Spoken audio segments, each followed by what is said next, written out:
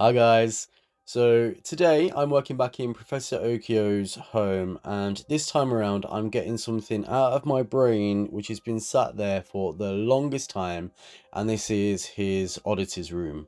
So this room is going to be filled with all of the weird, the bizarre, the wonderful, the macabre, all of these strange oddities that Professor Okeo has been collecting throughout his life. This house that I'm working on, it is a Greenleaf McKinley, and the doors in this house are very weird. They're very tall and they're very skinny, and because of that, general door frames that you buy in shops, they wouldn't work for this house. So I do have to make my own.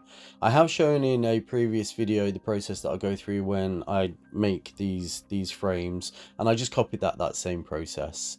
And then to make the door, I'm using the cutout piece from the inside of one of the door frames, and I'm just building that out with 1.5mm mat board. The reason why there's two door frames on my mat is because I need a 6mm width for the actual frame.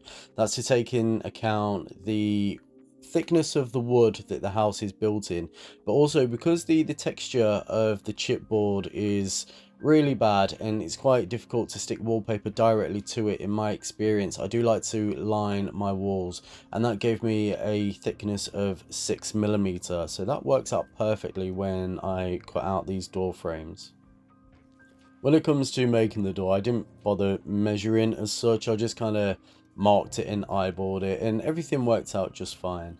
Now, I already decided that I'm not going to have this door as a working door. The room which I'm working in, it is such a small room, and to have a door just open or even open ajar is really going to obstruct the viewing of looking into that room. So for that purpose, I'm just going to glue it shut and be done with it. To paint the door, I'm using my normal colour of brown, or sorry, of a burnt umber, and then I give everything a coat of walnut varnish after. So I did save some of the stained glass from when I built the original door for Professor Okeo's office. Now, if you haven't seen that video, there will be a link in the description box, and that shows you how you can create a stained glass effect. To make the frame that holds the glass in place, I'm using a very thin square dowel. It was just a case of eyeballing it and cutting them down to size and then sandwiching the glass in between. I actually started recording this video back in May. At that point, if you follow my channel, you'll be aware that I went away to Sweden for Eurovision, and then by the time I got back, I just wasn't in a creative space, and so I took a little bit of time off from that. I did try, but it wasn't working for me. And then before I know it, it was time for me to go on holiday again.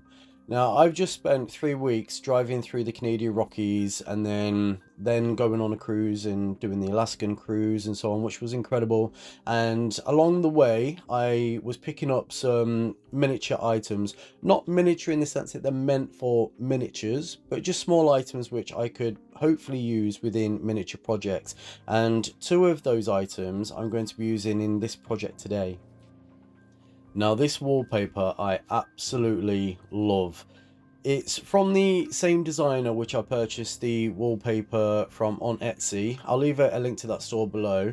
And I used her wallpaper for Professor Okeo's office, and you can just see in the hallway as well. That's also her paper. It's perfect for this room, and it's exactly what I had in mind because it's light enough that anything which I put on it doesn't really get lost. Maybe the conjoined twin specimen a little bit, but I like that it also has that worn effect. And for the floor, I did make a boo-boo with the floor. I used a printout, but I cut it the wrong way, and I was being a bit too lazy and I didn't want to reprint it, so it is what it is, but you can't really see. Now, for the door frame, I'm using some wood which was from a previous project which I never ended up using, but it's slightly different coloured because it was painted black.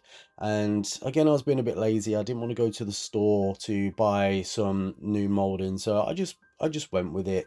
And because it was a little bit taller, I just used a bit of wood to fill it in at the top.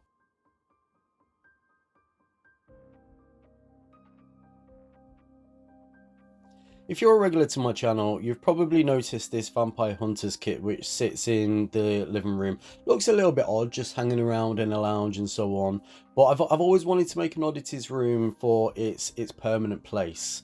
Now, I used to sell this kit on Etsy, but I decided to shut Etsy down, and I'm actually working on my own website, so that will be available as a kit at some point in the future. I also made this vampire jaw, which is, you know, it's all part of his vampire collection that he's got going on.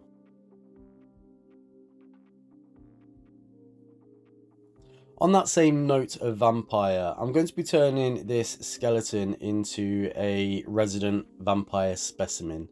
He has actually been hanging around on the sofa in this house for a little while now. It does look a little bit weird, like an undiscovered accident or something. So finally he gets somewhere, you know, a little less weird. So to make a coffin, I used a die and I cut out the shape of the coffin as my base. And I'm actually using 1.5mm chipboard. I didn't really have a plan with this. I cut the die and I just went for it and started making sides. For the actual sides, I think they measured at 1 inch. And I worked my way around the coffin, just eyeballing it, marking it and making a cut. For the actual base of the coffin, I did double layer that just so that it had some extra surface for me to glue them together. Once I had the shape of the coffin, I then made a baseboard, not the right word, can't really think what to call it. I think I cut this out at 1/2 inch. And then I repeated that same process for the top of the coffin, except for the top of the coffin, I left a bit of a lip because I knew that I wanted to line the coffin and I wanted still some wood to show. So I left that little bit of the lip that we see there.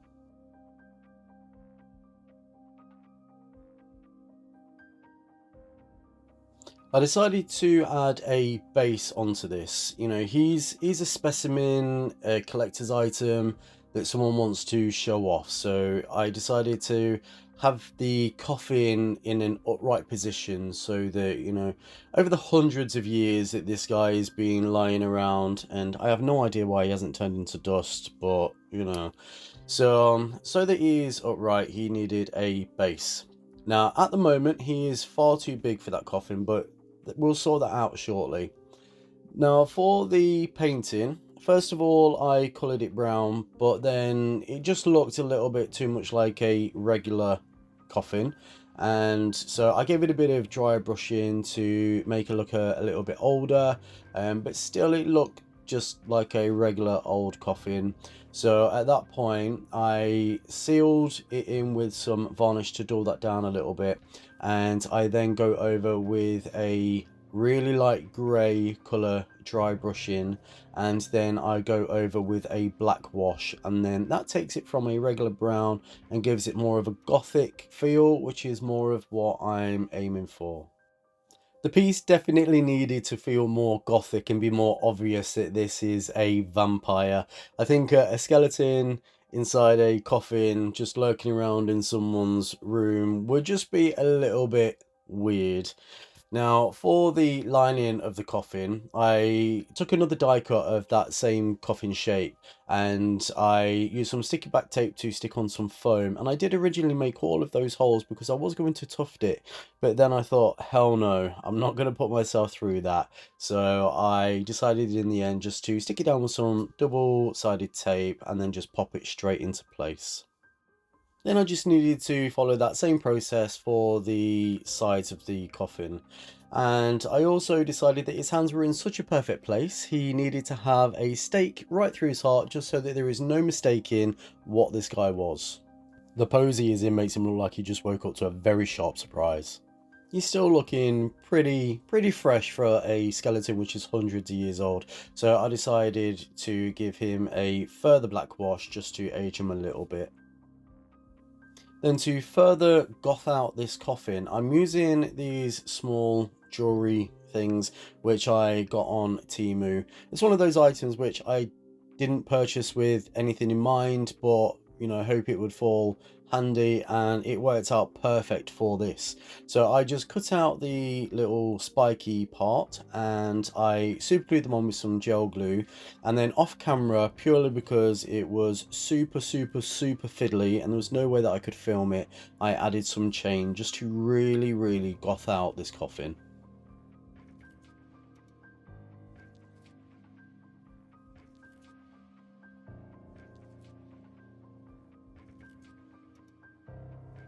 I don't think any oddities room or curios room would be right without having skulls and bones and things of that nature.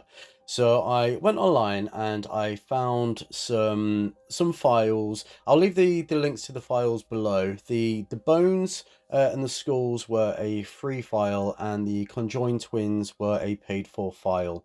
For the conjoined twin, I just glued some wood together to make a little plinth, a little plaque, and for all of the bones, I painted them in a bone colour and gave them some brown and some gold washes just to make them look like specimens that, you know, have been around for 100 years or more.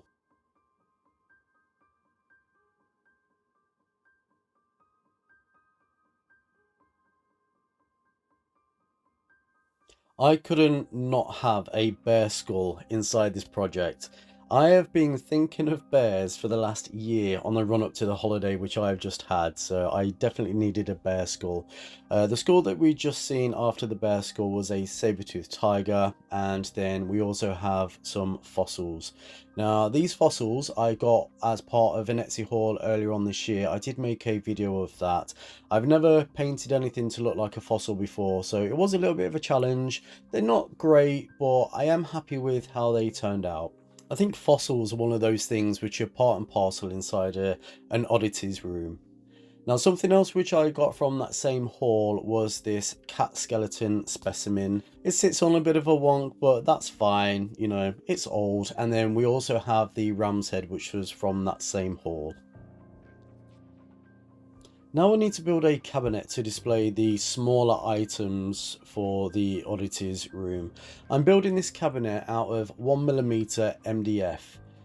For the actual doors, I'm not going to be able to put hinges on them because I've designed this to be so thin. I want as much window space as possible to display these little items that are going to go in there. I have made doors for the cabinet and they will eventually go onto the cabinet, but because I still need to make loads of items or collect loads of items through the process of me building this, then because I've made it so thin and those hinges can't be stuck anywhere, I'm just going to leave them loose. They do fit with pressure due to this small piece of wood which I'm inserting now, but all of that does come away, and then eventually at the end, when I say yes, this cabinet is finished, then I should just glue them into place. To stain the cabinet, I'm using this CPU coloured ink. I don't have any wood stain at the moment, and I don't want to use paint on the inside because I do need to stick down the glass panels later on. On the outside of the cabinet, I gave it a thin layer of the burnt umber, and then I gave everything a coat of the walnut varnish. For the actual glass, I'm using some acrylic which I cut down to size just using a craft knife. And then on the inside of the doors, there is a slight lip so that these sit into place. And to glue them down so that I don't get any smoking that a super glue would give, I'm just using some UV resin which is decanted into a small black bottle. When you peel away the protective tape that goes over the acrylic, it just creates some sort of static and they get really dusty. So to get rid of that dust, I'm actually using a dryer sheet. I put these in with my drying. I don't know what they do, but they certainly work for removing dust from things like this. I then took some brass acrylic paint to paint the door handles for the cabinet, and then I had a look through my stash to see what weird little bits of 3D printed items that I have, and I have quite a few. So I found some random bones, a jaw, and this dinosaur skull I've had for quite a long time. Now, this item I absolutely love. I found this in Juneau, Alaska, in a native Alaskan store. The store's filled with things like stuffed bears and bones and art made by indigenous artists, and it's just really cool. And the skull itself is actually carved from deer antler. Now, with these skulls, if I wasn't so jet lagged, then I would have taken it a little bit further. But as a result of that, it was an afterthought. And thinking about it, they would have been really cool if I was to paint them to look like tribal artifacts and, to make them look a little bit older and like more than just a skull. And this piece would have been really cool as a sacrificial item, but it's fine. I can go back and I can do that later on. With the items, I'm actually gluing them down with UV resin. If I was to use super glue, because it's on acrylic, things would just get a little bit smoky, and so that saves that and just keeps it a little bit cleaner.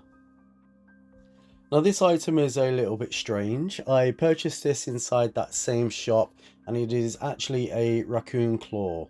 I purchased this as maybe as like a giant dinosaur claw, or a monster of some time. Vampires exist, so why can't monsters? So I thought that that'd be really cool. You don't really see it in the cabinet, but I know that it's there. And obviously we have this pretty creepy monkey, which was part of an Etsy haul, and I'm also having a witch shelf in there as well. So the witch shelf, I have some ideas of things that I can put on that in the future, and on the very top shelf where the monkey sits, I'm going to have that as things like possessed toys and so on. So the room which everything is going into really is quite small, and so to make it easier to understand how everything looks, how it is displayed, I thought that I'll put everything out onto the table just to give a better view of everything, because that camera really doesn't fit very well once everything is inside.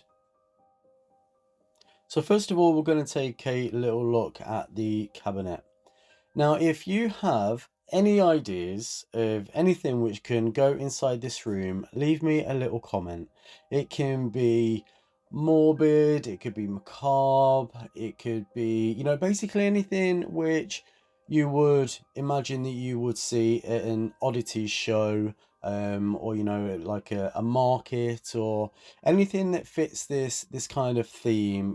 Leave me a comment and I'll see if it's something which I can put together. I still have a few ideas of things to go inside here. Like the top shelf's going to be possessed, and witchy items on the next shelf down. Fun fact, the photo on the right hand side, which is my grandma, there's a photo of her on the witch shelf because she used to try to convince me and my little sister that she was a witch. Weird, I know, but she had this mole on her nose, and so to scare us, then she'll tell us that she was a witch, which was it was kind of cool at the same time. So obviously we have the vampire skeleton there, and then we have the vampire display to the left hand side. I did used to sell these on Etsy, but I think I might have mentioned before, I am in the process of creating my own website, and so I shall be selling this as a kit again on my website. And the desk which you see in the background, I'm also going to be selling that as a kit as well. I've actually borrowed that from Professor Okeo's office, and at the time of recording this I didn't have time to, nor the energy to make a desk from scratch, so I just took that one out and popped it in there. All of the drawers on this desk are going to be filled with small awesome little oddities and collections of things which is collected over time. This is a 3D print of a baby, what is it? It is a baby caiman crocodile, and that is part of the National Geographic, which I will leave a link to if it's still available. This item is a brass figure of a minotaur which I picked up in Greece last year, and this item I actually dug up on my allotment a couple of months ago. It's looking at the dress, it looks like it could be something from wartime maybe, but it's very dirty, and it looks like it's been in the ground for quite some time. So I've put that on a miniature plate stand, and I'm using that as an antique piece.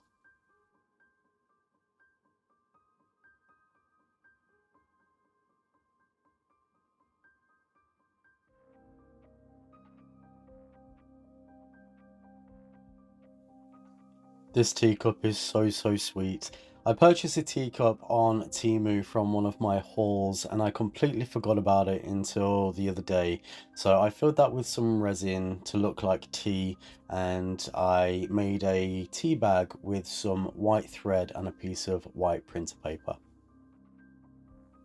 Now these next two items are something which I purchased on my holiday, and they were everywhere. They were in Canada and they were in Alaska, and they are totem poles. One of them, the larger one, I got at the totem poles in Vancouver, and this smaller one, I think I purchased this one in Banff.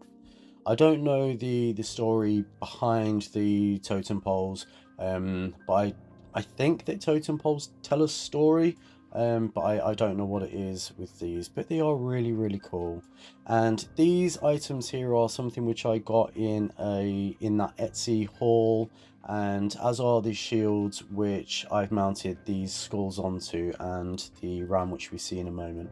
With the medical items, I will have a small weird medical display of weird yet wonderful medical items throughout history. And then this item is the fairy slash sprite which I made in my Professor Okeo's fairy video, which is the exact same skeleton as our large vampire over there. So this has been a bit of a weird mashup of a video, but I hope it's been okay to follow along to. So now that we've got all of that out of the way, the videos coming up behind this as part of this series shall be videos of me just making items to fit into it. So I hope you have enjoyed the video. If you're not already subscribed, please consider subscribing to my channel, and you know, hit that little like button, and I shall see you all very soon. Bye.